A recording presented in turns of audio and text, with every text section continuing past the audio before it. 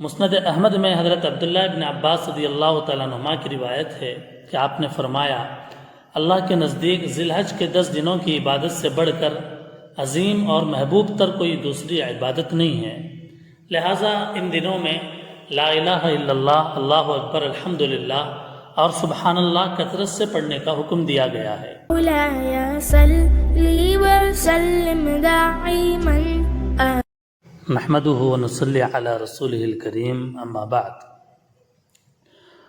کچھ دوست و احباب نے ذی الحج کے مہینے کے تعلق سے اور قربانی کے بارے میں شریعت کی ضروری اور اہم باتیں عرض کرنے کے خواہش کا اظہار کیا ہے تاکہ اس سے امت کا فائدہ ہو اور صحیح مسائل لوگوں کے سامنے آئیں۔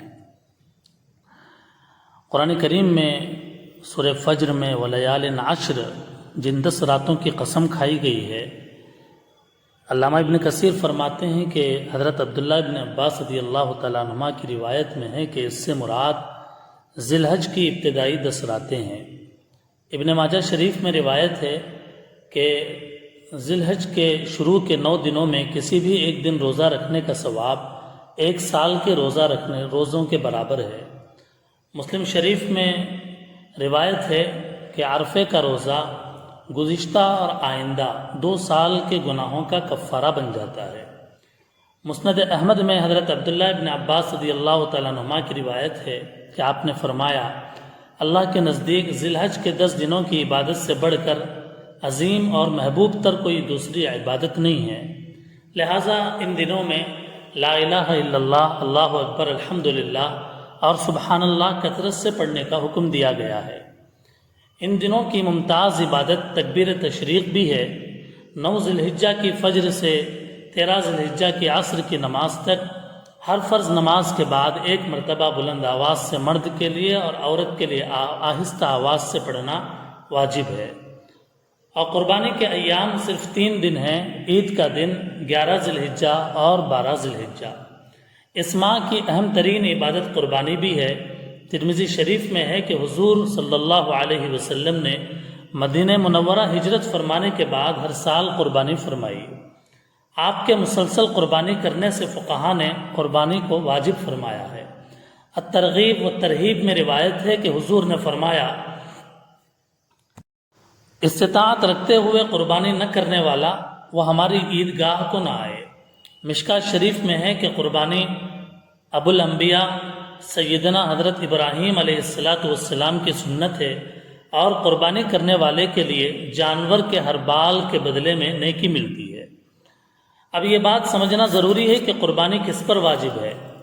فقہاء نے فرمایا ہے، قربانی ہر عاقل بالغ ایسے مرد اور عورت پر واجب ہے جس کے پاس رہائشی مکان، کھانے پینے اور گھریلو ضروری ساز و سامان اور روز مرہ کی ضروری استعمالی چیزوں کے علاوہ اس کے پاس 52.5 تولے چاندی کی مالیت نقد روپیے کی شکل میں یا زیورات کی شکل میں یا مال تجارت کی شکل میں ہو یا دیگر زائد از ضرورت سامان کی شکل میں ہو موجود ہو، اسی کو نصاب قربانی کہتے ہیں۔ نابالغ بچوں پر، مجنون پر قربانی واجب نہیں ہے۔ عورتوں کے پاس والدین کی طرف سے دیے ہوئے جو زیورات ہوتے ہیں، اگر وہ نصاب کی مقدار کو پہنچے، یعنی 52.5 تولے چاندی کی مالیت، جو آج کل اندازہ لگانے سے 35 سے 40 ہزار کے آس پاس قیمت بنتی ہے، تو ان پر قربانی بھی واجب ہو جاتی ہے۔ ایک گھر کے اندر جتنے افراد ہوں، ان میں کئی اگر صاحب نصاب ہوں تو ہر ایک پر الگ الگ قربانی واجب ہوتی ہے۔ ایک واجب قربانی سارے گھر والوں کی طرف سے کافی نہیں ہے۔ جس طرح ایک فرض نماز ہر ایک پر الگ الگ فرض ہوتی ہے، اسی طرح صاحب نصاب پر الگ الگ قربانی واجب ہوتی ہے۔ البتہ نفلی قربانی میں ایک گھر نہیں بلکہ پوری امت کو بھی شریک کیا جا سکتا ہے۔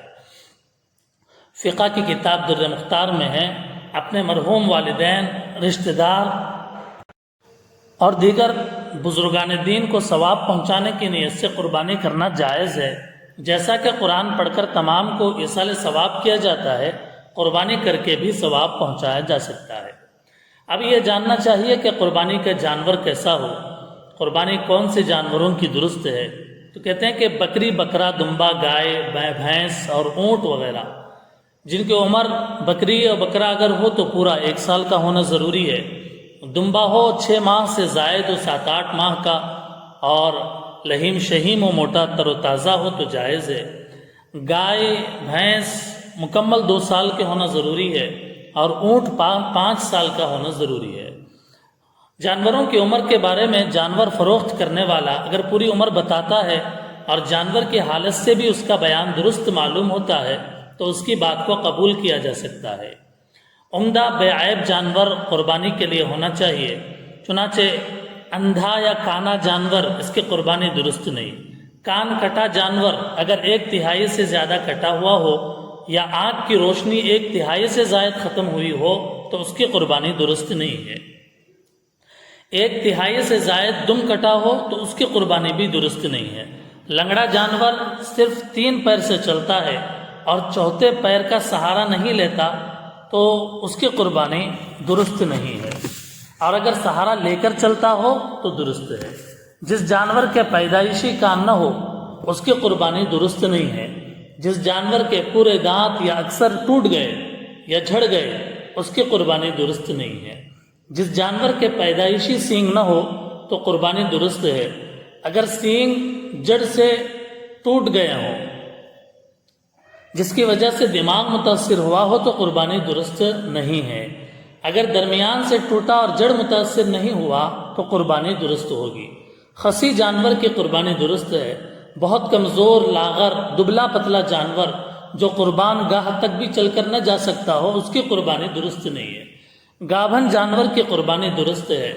جانور ذبح کرنے کے وقت کوئی عیب پیدا ہوا ہو تو اس کی قربانی درست ہو جاتی ہے۔ خریدے ہوئے قربانی کے جانور کے دودھ یا اون یا اس سے کسی طرح کا بھی نفع اٹھانا درست نہیں ہے۔ اگر نفع اٹھا چکا تو اس کی قیمت کو صدقہ کرنا واجب ہے، یعنی جتنا نفع اٹھایا ہے تو اتنی قیمت کا صدقہ کرنا ضروری ہو جائے گا۔ بڑے جانور کی مشترکہ قربانی کے شرکاء کی نیت کی اصلاح بھی ضروری ہے۔ سب کی نیت رضا الہی اور تقرب خداوندی ہونا چاہیے۔ گوشت کھانے کی خالص نیت نہیں ہونا چاہیے۔ اگر کسی نے قربانی کی نیت نہیں کی، عبادت کی نیت نہیں کی، صرف گوشت کھانے کی نیت کی تو کسی کی بھی قربانی ادا نہیں ہوگی۔ قربانی کے جانور میں کافر کا حصہ لینا درست نہیں ہے۔ اگر کسی کافر کا حصہ ہوگا تو باقی مسلمانوں کی قربانی بھی درست نہیں ہوگی۔